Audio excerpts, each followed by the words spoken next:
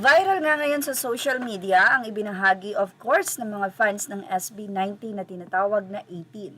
Ito'y matapos nga na maispatan na itinapik ng isang international television or isang international program ang nasabi nga po mga K-pop at ngayon nga po ay ang P-pop.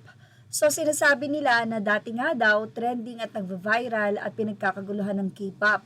Pero ngayon daw ay may isang P-pop performers na umuusbong at kinikilala na internationally.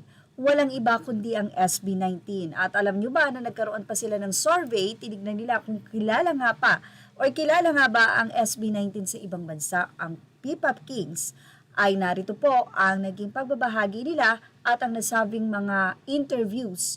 At kilala po sila. Narito pa ang kanilang mga bias.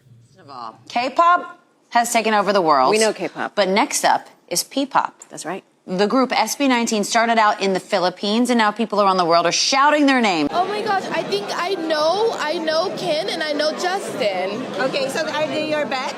Yes, I like both of them because I know them. I've seen them before. I think they were in Vogue before. Yeah, but So in you're an Team interview. Ken and Team Justin. I Yes. think I'm Team Stell and Team Josh. Nice. Team Just why Team Stellan? First of all, Josh is sporting the half and half, okay fashion. Yeah. And then Stell is just a beautiful man. Between Stell and Pablo. Justin, I guess. Stell. Yeah. Why Stell? I mean, he's hot. And you, what you think? Yeah, I Why was Stell? thinking between Justin and Stell. Between Justin and Stell. Okay. Yeah, they're more my type, I guess. That's I would go for Stell. Why Stell? Why Stell? Tell me. He's handsome. He's I don't know. Like the face is great. He's pretty. Pablo. Show your T-shirt. It shows that. Show us. It's Show my your bias. bias. Hello, my name is Dylan. I'm a Latin, and my favorite bias is Pablo.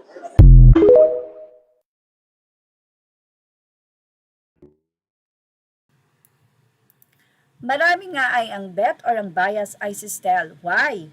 Si Stel po kasi ay talaga namang may pagkamakulit. Sa mga video, makikita nyo talagang siya yung pinaka-funny and talagang pinaka-approachable sa SB19. Ganun pa man, lahat po sila ay may magagandang mukha, magagandang tindig, at lahat ay very talented. Siyempre, marami pong 18 ang natutuwa dahil sa nasabi nga pong pag-recognize or recognition na ito mula sa ibang bansa sa nasabi nga pong P-pop Kings ang SB19. Congratulations! Yan ang ating showbiz top update. Images are all credit to the rightful owners. Please like, share, and subscribe. And thank you for watching Showbiz Top.